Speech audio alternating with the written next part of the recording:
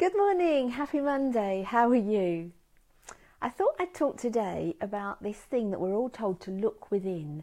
You know, if you're looking for the answer to something, people say to you, oh, look within and the answer will come. But that can be really frustrating because we're like, what? What does that mean? Are we supposed to talk to ourselves? Are you trying to talk to inside? What does it mean? So I thought I'd just kind of unpick it a bit here because if you think when we're babies, we're born with everything we need, aren't we? We're born with innate confidence and resilience and mental health. And then as we grow, we accumulate loads and loads and loads of learning, loads of knowledge about anything. It could be from the mundane to the really important. And we accumulate all of this. And yeah, we're going to get buried under layers of it, don't we?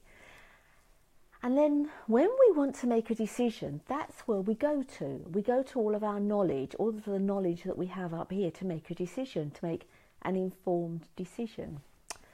But if you think about it, has there ever been a decision you've made? It could be buying or renting a house or a partner. Not buying or renting a partner, of course, but then that's up to you. But I'm talking about a big decision. So let's go back to the house.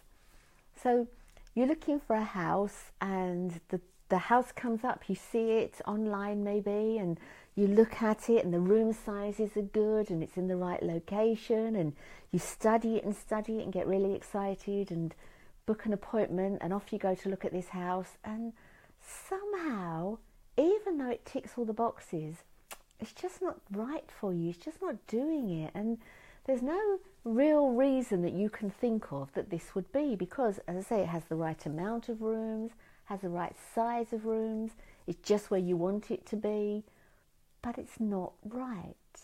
Now, where does that decision come from? Because if you were making that decision from your accumulated knowledge, then you would probably just go with it. Yeah, this would be right.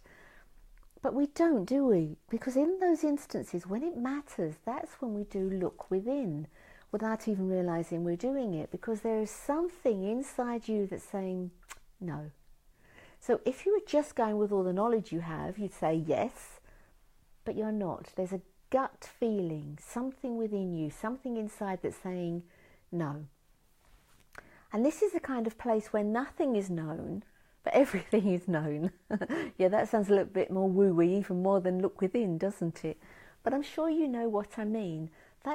Just that place of knowing. And that's what I think when people tell you to look within, that's what they're asking you to go to. Because, you see, adding more and more to the information we have isn't going to help. So you have all this information about what appears to be right, what should be the right thing for you. And if you keep adding more and more and more to it, all you do is just make the decision harder. You're just kind of adding to the muddle.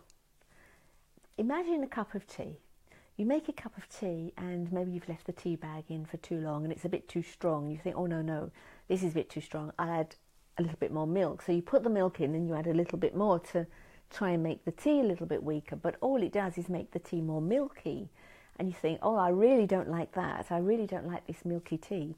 So you get another tea bag from the cupboard and you dunk that in the tea and squeeze it a little bit with a spoon to try and take away the milky taste. But of course, then it just tastes really strong and really milky. And of course, the only thing you can do is throw away the cup of tea and start again.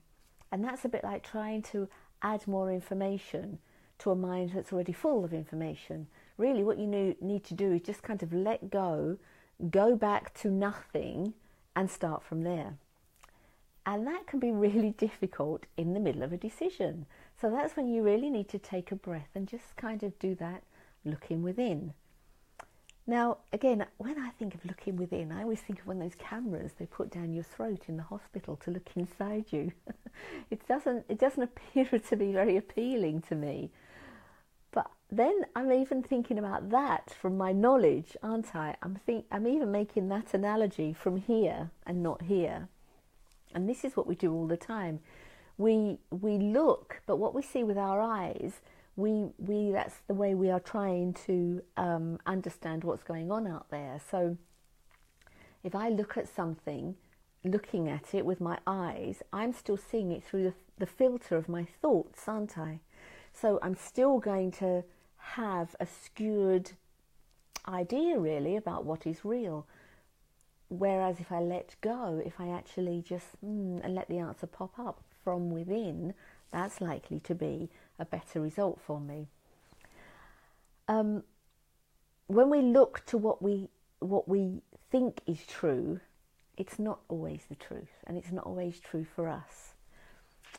We do this with all areas, don't we? I had a client once that came to me. She was a really lovely lady, and she still is, but she was in her mid-40s when she came to me, and she was fairly newly divorced, about a year I think it was, and she'd gone back to the dating scene.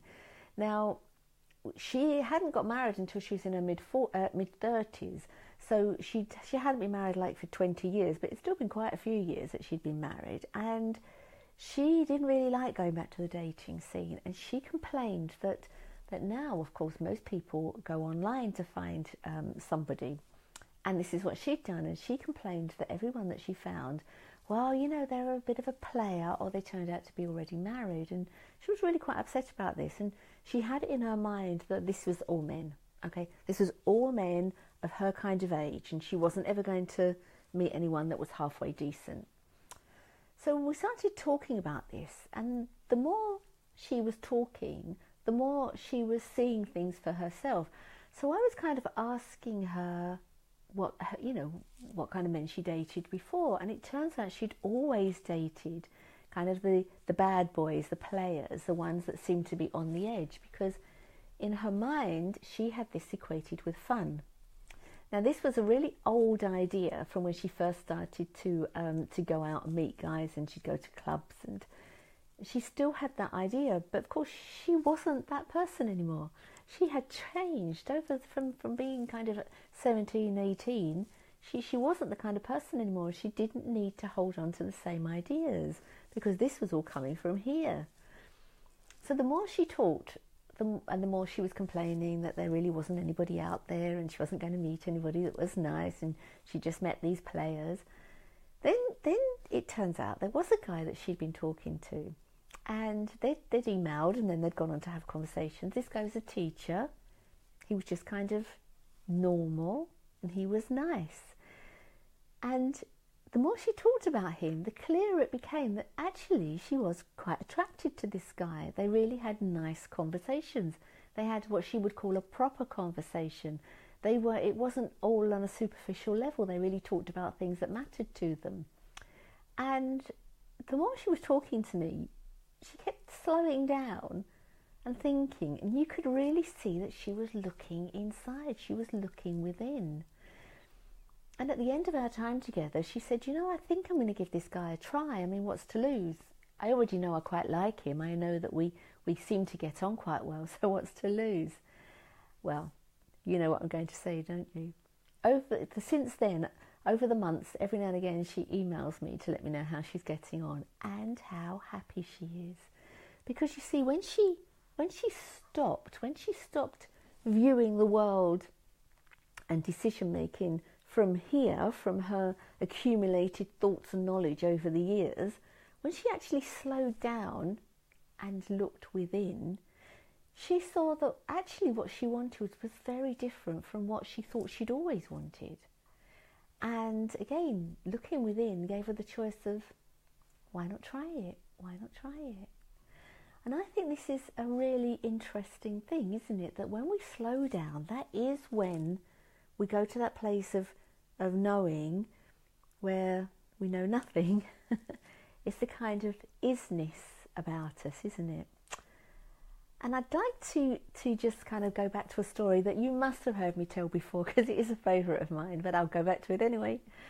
And that's the story of when Brahma, the big god, Brahma assembled his all the gods around him to ask where they should hide divinity, because they didn't want humans to have divinity. That was the province of the gods. They didn't want the humans to find their own divinity. So they thought they should hide it somewhere. So they all sat around the table talking, where should we hide it? What should we do?